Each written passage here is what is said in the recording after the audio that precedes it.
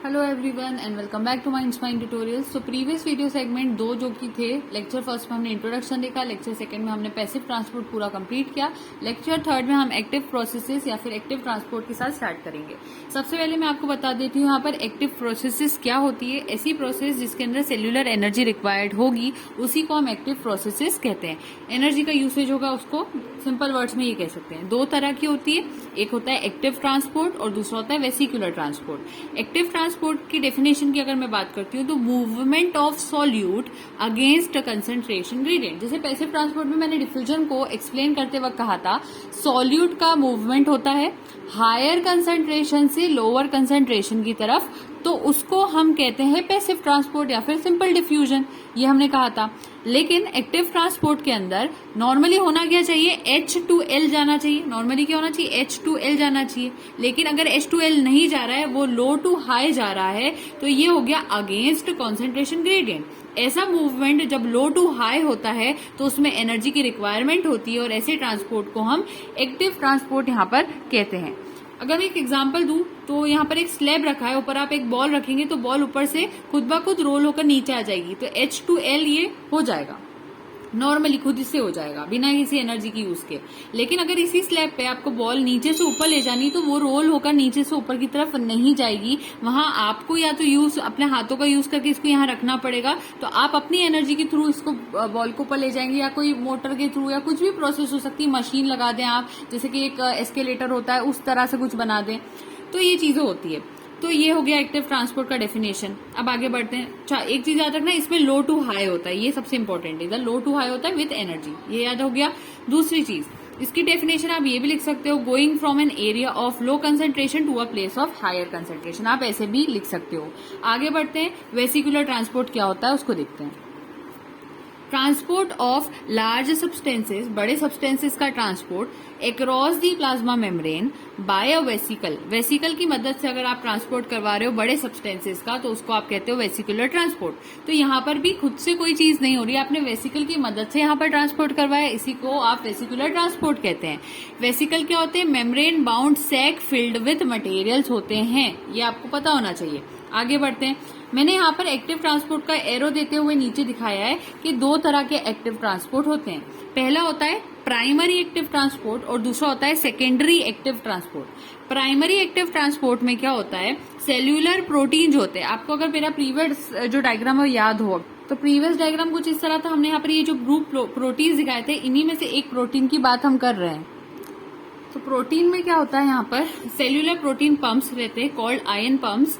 ये क्या करते हैं, अब देखिए अगेंस्ट कंसंट्रेशन ग्रेडियंट तो हर जगह चलेगा क्योंकि आप एक्टिव ट्रांसपोर्ट को पढ़ रहे हैं, क्योंकि नॉर्मली हाई टू लो होता है तो हम लो टू हाई की सारी बातें कर रहे हैं। अब दूसरी बात यहाँ पर क्या होती है, अब यहाँ पर लो टू हाई की बात हो तो रही है, लेकिन किसके लिए हो रही है, आयंस के लिए हो रही है। और आयंस को अगर ऐसे किसी को मूव करवाना है तो वो आयन पंप्स करवा सकते हैं। तो यहाँ पर move ions across the membrane against their concentration gradient. अब इसका डायग्राम अगर आप थोड़ा सा जूम होते हुए देखेंगे तो आपको ज्यादा अच्छे से समझ में आएगा। मान लीजिए कि आपका आयन पंप का जो डायग्राम है कुछ इस तरह से, मैंने फनल की तरह डायग्राम बनाया है, वो उस तरह दिखाई देता है। आसपास आपकी फॉस्फोलिपिड्स लगे प्लाज्मा मेम्ब्रेन के। अब होता क्या है, मान लीजिए आपके पास 3 Na+ आयंस है, यहां से बात करना शुरू करते हैं। आपके पास 3 Na+ आयंस है, सोडियम आयंस है। तो 3 सोडियम आयंस को आपको इस वाले एरिया से, यानी साइटोसोल वाले एरिया से इंटरस्टिशियल फ्लूइड की तरफ लेकर जाना है। उसके लिए आपको क्या करना है, एक्टिव ट्रांसपोर्ट करवाना है। तो अब होगा क्या, 3 Na आयंस को मैंने 3 स्टार्स के फॉर्म में रिप्रेजेंट करा है। इसके साथ साथ एक ATP जो रहेगा, यानी कि ATP क्या होता है, हमारा फ्यूल होता है, सेल्यूलर फ्यूल होता है, जो कि एनर्जी का रिलीज करवाएगा यहाँ पर। तो 3 स्टार्स और एक ATP जाकर हमारे ये जो आयन पंप है उसके ऊपर जाकर अटैच हो जाता है। लेकिन ATP सीधे सीधे एज इट इज वर्क नहीं करता, इसको काम करवाना है तो इसका ब्रेक डाउन करवाना पड़ेगा। तो एक ATP जो कि स्क्वायर के फॉर्म में मान लीजिए मैं शो करती हूँ, तो इसको तोड़ देंगे तो वो ADP प्लस फॉस्फोरस में डिवाइड होगा। जैसे ही पहले तो 3 स्टार्स और एक ATP जाकर यहाँ पर अटैच हो जाते हैं इस पंप के ऊपर। तो जब ये अटैच होते हैं तो ATP टूटता है। जैसे ही ATP टूटता है तो वहां पर से फॉस्फोरस रिलीज होती है। फॉस्फोरस जैसे यहाँ पर अकेली बनती है, पहले यहाँ स्क्वायर था उसको मैंने कन्वर्ट करके यहाँ फॉस्फोरस बना दिया। जैसे ही यहाँ पर फॉस्फोरस आती है और 3 स्टार्स का मिश्रण बनता है या मिक्सचर बनता है, तो ये 3 स्टार्स इस वाले एरिया से मूव होकर ऊपर वाले एरिया में चले जाते हैं। तो पहला मूवमेंट इस तरह से होता है। और इस दौरान ये भी होता है कि ये पंप का शेप थोड़ा सा जैसे ये सब फनल जैसा ना वो चेंज होकर थोड़ा अलग होता है और ऐसे चेंज करते करते करते वो स्टार्स ऊपर चले जाते हैं, इस तरह से होता है। अब स्टोरी यहाँ पर खत्म नहीं होती। जैसे ही स्टार्स यानी कि 3 सोडियम आयंस हमारे ऊपर इंटरस्टिशियल फ्लूइड में पहुंच जाते हैं तो क्या होता है, थोड़ी देर बाद यहाँ से फास्फोरस रिमूव हो जाता है और फास्फोरस रिमूव होके वापस से साइटोसोल में आ जाता है। ठीक है, फास्फोरस अब फिर से रिमूव हो गया और कहाँ पर आ गया, साइटोसोल के अंदर आ गया। जैसे ही फास्फोरस यहाँ हटता है तो ऊपर वाला जो पोर्शन था यानी इंटरस्टिशियल फ्लूइड वाला जो पोर्शन था वहां पर बहुत सारे पोटेशियम के आयंस होते हैं। जैसे यहाँ पर इस वाले एरिया में बहुत सारे सोडियम आयंस होते हैं, इधर Na+ आयंस होते हैं तो उधर पोटेशियम आयंस होते हैं। तो उधर के पोटेशियम आयंस जैसे ही देखते हैं कि यहाँ से तो फास्फोरस हटकर साइटोसोल में चला गया है तो यहाँ से 2 पोटेशियम आयंस, कितने, 2K+ आयंस, 2K+ आयंस। ठीक है, यहाँ पर 3 की बात की थी, यहाँ पर 2 की बात कर रही हूँ। तो 2 पोटेशियम के आयंस इस वाले इंटरस्टिशियल फ्लूइड वाले एरिया से यहाँ से इस कहना चाहिए आयन पंप से पास होते हुए इधर साइटोसोल में आ जाते हैं। तो ये 2K+ यहाँ से मूवमेंट शो करके इस तरफ आ जाते हैं, यानी 2K+ इधर आ जाते हैं और फाइनली 3Na+ इधर आ जाते हैं। इस तरह का मूवमेंट टोटल मिलाकर होता है। तो ये था प्राइमरी एक्टिव ट्रांसपोर्ट। अब बात करते हैं सेकेंडरी एक्टिव ट्रांसपोर्ट की। सेकेंडरी एक्टिव ट्रांसपोर्ट की अगर डेफिनेशन की बात करते हैं, substances is moved against it's concentration gradient by the movement of a second substance down it's concentration gradient. I know थोड़ी सी कॉम्प्लिकेटेड डेफिनेशन होगी, मैं इसको इजी करके समझाती हूँ। नॉर्मली क्या होता है, कुछ ऐसे सब्सटेंसेज होते हैं जो कि हाई से लो कंसेंट्रेशन में इजीली मूव कर लेते हैं, तो वो तो अपना मूवमेंट कर ही रहे हैं, उनको तो कोई एनर्जी की यूसेज की जरूरत है नहीं, energy not required, energy not required. जो सब्सटेंसेस नॉर्मली हाई से लो खुद ब खुद चले जाते हैं उनको तो कोई एनर्जी की जरूरत नहीं है, लेकिन जो सब्सटेंसेस लो से हाई की तरफ जाते हैं, ऐसे सब्सटेंसेस जो कि लो कंसंट्रेशन से हायर कंसंट्रेशन की तरफ जाते हैं, तो उनको तो एनर्जी भैया रिक्वायर्ड होगी, उनको तो चाहिए एनर्जी, उनके एनर्जी के बगैर तो काम चलना ही नहीं यहाँ पर। तो अब इनको एनर्जी देने का काम ये वाला सब्सटेंस करते हैं। ये सब्सटेंस क्या करते हैं, ये कहते हैं हमें तो एनर्जी की जरूरत नहीं, हमारे पास तो एक्स्ट्रा यू भी रह जाती है, तो हमारी एनर्जी तुम ले लो। तो इनकी एनर्जी इनको मिल जाती है, एनर्जी, गिव एनर्जी। ठीक है, तो ये वाले सब्सटेंसेस अपनी एनर्जी, क्योंकि इनको जरूरत नहीं होती तो ये अपनी एनर्जी इन वाले सब्सटेंसेस को दे देते हैं। तो ऐसा active transport secondary active transport कहलाता है, जब वो किसी और से अपने लिए एनर्जी लेते हैं, जिसमें 2 तरह की चीजें होती है। अब सेकेंडरी एक्टिव ट्रांसपोर्ट 2 तरह का होता है, मेनली 2 टाइप्स ये मेन होते हैं। एक होता है सिम्पोर्ट,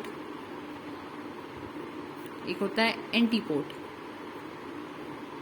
कोई लोग इसको एंटाईपोर्ट भी कहते हैं, दोनों चीजें आपको पता होना चाहिए। सिम्पोर्ट में क्या होता है, दो substances move in same direction. अगर 2 सब्सटेंसेस मूव कर रहे हैं तो सेम डायरेक्शन में मूव करेंगे। ठीक है, और दूसरी तरफ एंटीपोर्ट में क्या होता है, 2 सब्सटेंसेस अगर मूव कर रहे हैं लेकिन अपोजिट डायरेक्शन में, तो उसको कहते हैं एंटीपोर्ट। ठीक है, तो होता क्या है, मैंने क्या कहा कि ऐसे सब्सटेंसेस है जो कि हाई टू लो में यूं जा रहे थे, लेकिन ये एट अ टाइम दोनों चीजें होना चाहिए तभी वो अपनी एनर्जी दे पाते हैं। ऐसा नहीं कि हम यहाँ पर ये बोल रहे हैं हम तो यहाँ बैठे हैं, आप लोग वहां जा रहे हो तो ये लो एनर्जी ले लो, हमारा पैकेट अपना पर्स में रख लो, इनको कह रहे हो और वो चले जाएंगे, ऐसा बिल्कुल नहीं होता। होता क्या है, ये हाई टू लो वाले मान लीजिए इस रास्ते से इधर आ रहे हैं हाई टू लो वाले, और लो टू हाई वालों को इधर जाना है, बस उसी टाइम ये एनर्जी को अपनी एक दूसरे को देते हैं। ऐसा नहीं कि एक बैठा हुआ है अपनी दूसरे को पर्स में रखवा दी, वो अपना वॉलेट लेकर जा रहा है एनर्जी का, ऐसा कुछ नहीं होता। तो साथ साथ में जाएंगे तो होगा। तो साथ साथ में जाने के 2 रास्ते हैं, एक होता है कि दोनों की डायरेक्शन एक तरफ हो जाए, यानी कि दोनों अगर जा रहे हैं तो ऐसे चले जाए, ये दोनों एक तरफ चले गए। ठीक है, या फिर ऐसे नहीं जा रहे तो एक इस तरफ जा रहा है तो दूसरा इस तरफ आ रहा है, लेकिन वो दोनों at a time same he time रहे। ठीक है, तो इसको हम यहाँ पर ये कहते हैं। Let's take an example. यहाँ पर क्या होगा, मान लीजिए, ठीक है मैं बनाती हूँ, ये आपकी प्लाज्मा मेम्ब्रेन है, इस प्लाज्मा मेम्ब्रेन के ऊपर यहाँ पर आपका सिम्पोर्टर लगा है, सिम्पोर्टर है ना, रास्ता समझ लो। अब इस रास्ते में सोडियम आयंस Na+ आयंस, जब Na+ आयंस अंदर मूव कर रहे हैं, ठीक है, बाहर से अंदर की तरफ सोडियम आयंस आ रहे हैं, तो सोडियम आयंस नेशन जैसा दिखाई दे रहा है वो, लेकिन Na+ आयंस लिखा है मैंने।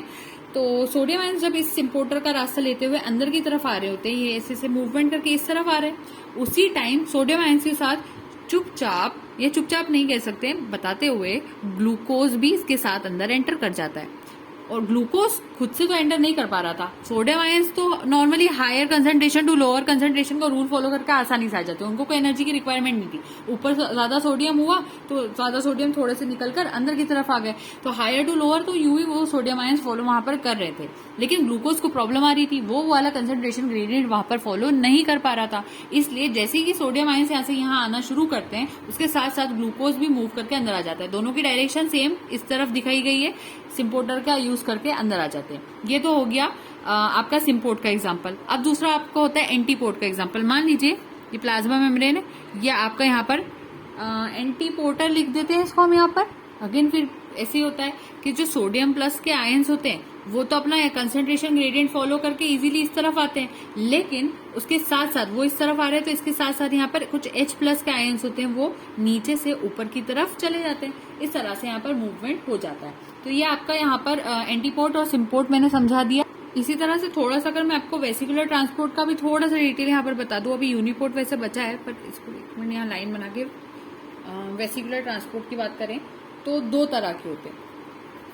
डेफिनेशन हमने देख ली थी, ये दो तरह के होते हैं, एक्सोसाइटोसिस, एंडोसाइटोसिस। ये दो तरह के होते हैं, ठीक है। एक्सोसाइटोसिस में क्या होता है, जो मटेरियल्स सेल के अंदर होते हैं वो सेल में से बाहर आते हैं और इंटरस्टिशियल फ्लूइड में चले जाते हैं। मटेरियल सेल के अंदर से इंटरस्टिशियल फ्लूइड में आते हैं।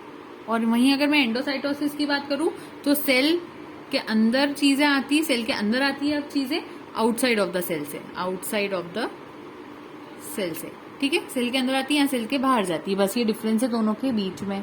एक चीज थोड़ी और एक्स्ट्रा बता देती हूँ, एंडोसाइटोसिस अगेन 3 तरह के होता है, इसके भी 3 फॉर्म्स होते हैं एंडोसाइटोसिस से। पहला जिसको आप कहते हैं फैगोसाइटोसिस।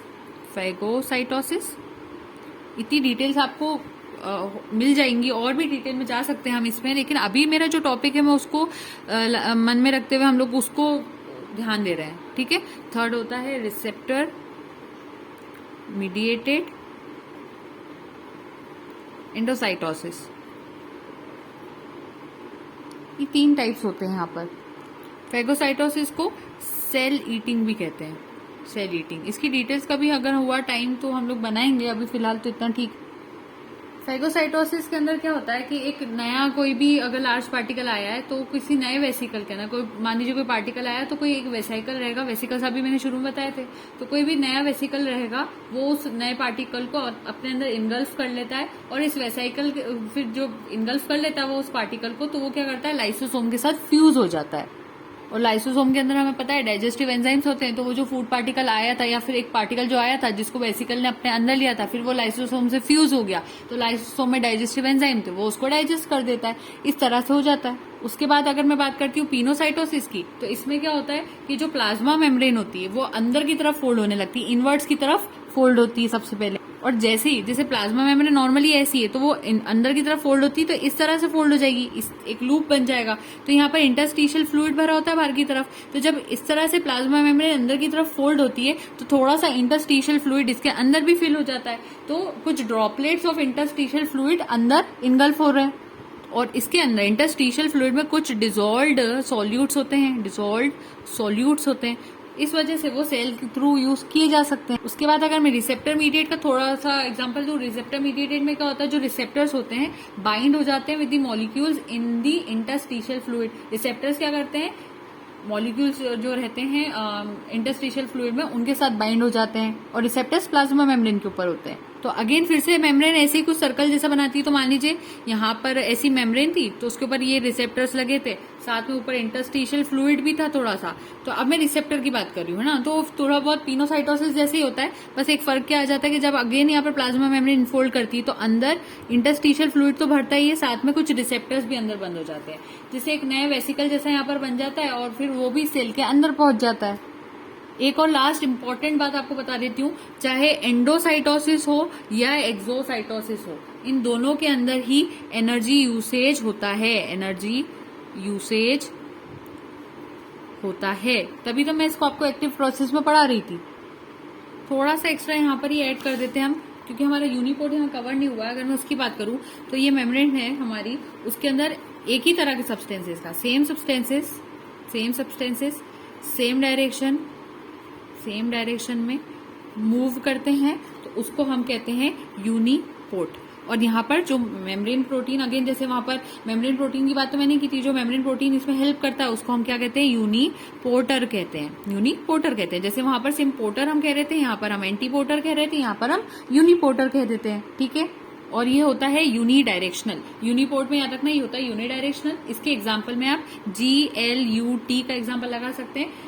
इसको अच्छा मैंने शायद इसको बताया नहीं, GLUT को ग्लूकोज ट्रांसपोर्ट कहते हैं। GLU यानी ग्लूकोज, ट्रांसपोर्ट का T ट्रांसपोर्ट हो जाएगा। इसके अलावा दूसरा एग्जांपल होता है movement of calcium ions from pre synaptic membrane. दूसरा होता है कैल्शियम पंप, जिसमें मूवमेंट होता है कैल्शियम आयंस का फ्रॉम सार्कोप्लाज्मिक रेटिकुलम। मसल का जब हम मूवमेंट वगैरह पढ़ते हैं तो उसमें आती है सारी चीजें। तो मैं यहाँ पर पूरा डिटेल में नहीं लिख रही हूँ, यूनिपोर्ट में बस आपको मैंने एक्सप्लेन कर दिया। एग्जाम्पल में आप ग्लूकोज ट्रांसपोर्ट, सेकंड लिखना movement of calcium ions. Calcium ions को शो करने के लिए ऐसे शो करना Ca2+ आयंस, ठीक है। So movement of calcium ions from pre synaptic membrane. दूसरा एग्जाम्पल लिखना calcium pump, movement of calcium ions from sarcoplasmic reticulum. एक चीज और, सिम्पोर्ट का दूसरा नाम को ट्रांसपोर्ट भी होता है। को ट्रांसपोर्ट, यहाँ डैश आएगा बीच में, को ट्रांसपोर्ट भी कहते हैं। आई नो बहुत हौच-पौच हो गया, लेकिन आपको समझ में सब चीज आ जाएगी। क्योंकि आप अपने नोट्स प्रॉपर बनाना, मैं एज अ टीचर एक्सप्लेन कर रही हूँ, और अगर मेरी थोड़ा नोटबुक का साइज छोटा हो रहा था तो थोड़ा सा हौच-पौच हो गया, बट स्टिल आपको समझ में आएगा। सिम्पोर्ट को ट्रांसपोर्ट भी कहते हैं, इसी वजह से सिम्पोर्टर को ट्रांसपोर्टर भी कहते हैं, ठीक है। और सिम्पोर्टर का एग्जांपल तो मैंने आपको बताया था कि जब जो सोडियम आयन है वो अंदर की तरफ आते हैं तो उसके साथ साथ ग्लूकोज भी अंदर चलते हुए आ जाते हैं, क्योंकि दोनों की डायरेक्शन सेम डायरेक्शन होती है, दोनों नीचे की तरफ आ जाते हैं। ये एग्जांपल हमने देखा था। यहाँ पर आप इसी वाले एग्जाम्पल को अगर अच्छे वर्ड्स में लिखना चाहते हैं तो लिखिएगा, मैं आपको रीड आउट कर रही हूँ, आप लिखिएगा movement of sodium ions and glucose in intestine is the example of symport. दूसरा एग्जाम्पल लिखना सोडियम और आयोडाइड का, सोडियम आयोडाइड सिम्पोर्ट भी होता है। थर्ड एग्जाम्पल लिखना सोडियम फॉस्फेट को ट्रांसपोर्ट। ये सारे एग्जाम्पल आ जाएंगे। उसके बाद लास्ट कौन सा होता है, एंटीपोर्ट होता है। एंटीपोर्ट का दूसरा नाम होता है एक्सचेंज, ये भी आपको पता होना चाहिए। क्या कहते हैं इसको, एक्सचेंज कहते हैं। उसी तरह से एंटीपोर्ट में भी मैंने आपको बताया था एग्जाम्पल कि सोडियम आयन जब अंदर की तरफ आते हैं तो उसके अपोजिट जो हाइड्रोजन आयंस है वो उस तरफ जाते हैं, क्योंकि एक इधर आ रहा है तो दूसरा इधर जाता है, उसी को हम एंटीपोर्ट कहते हैं, अपोजिट वाला। तो इसके एग्जाम्पल्स में एक तो आप लिख सकते हो Na+H+ पंप, एक आप लिख सकते हो Na+K+ पंप, वो भी आता है इसमें। Na+Ca2+ पंप, ये भी आ सकता है इसमें। एक्सचेंजर कहना चाहिए यहाँ पर, इन दोनों के आगे एक्सचेंजर लिखना, वहां पंप लिख देना।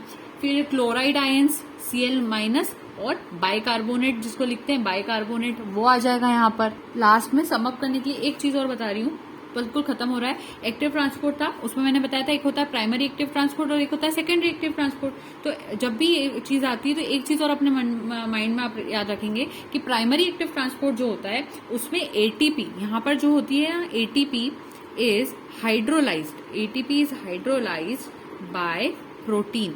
एटीपी यहाँ पर हाइड्रोलाइज भी प्रोटीन की मदद से होता है, और वो भी कौन सा प्रोटीन होता है, एटीपीएज प्रोटीन होता है, एटीपीएज प्रोटीन। और इसी एटीपीएज प्रोटीन को ही हम कहते हैं पंप, जिसको मैंने यहाँ पे एक्सप्लेन भी करा था जब मैं इसकी डिटेल में गई थी। तो बस यहाँ थोड़ा सा यहाँ एडिशन कर दिया। इसके एग्जाम्पल में sodium potassium pump, hydrogen pump, calcium pump, ये सब आ जाते हैं। सेकेंडरी एक्टिव ट्रांसपोर्ट की बात करूं तो ये यूज करता है energy stored in concentration gradient of a driving ion, uses the energy stored in the concentration gradient of a driving ion जिसमें Na+ और H+ आ जाते हैं। वैसे ये सब बता दिया, बस थोड़ी सी एक्स्ट्रा इन्फॉर्मेशन ऐड करती जा रही। सो यहाँ पर हमारा पूरा जो टॉपिक था, अगर मैं यहाँ पर एक लास्ट में आपको शो कर दूं, ट्रांसपोर्ट अक्रॉस सेल मेम्ब्रेन, जो कि एमएससी स्टूडेंट, बीएससी स्टूडेंट्स, 9, 10, 11, 12 सारे स्टूडेंट्स सभी के लिए यूजफुल होता है, और सारे मेडिकल स्टूडेंट्स के लिए भी यूजफुल होता है। तो diffusion, active transport, pumps, uniports, imports, antiports, सारी चीजें हमने कंप्लीट कर ली 3 वीडियो सेगमेंट्स से। आज हमारा टोटल मिलाकर ये टॉपिक कंप्लीट हो गया। तो thank you so much and don't forget to like, share and subscribe. कुछ भी डाउट्स हो गए तो कमेंट सेक्शन में पूछ सकते हैं। Happy learning.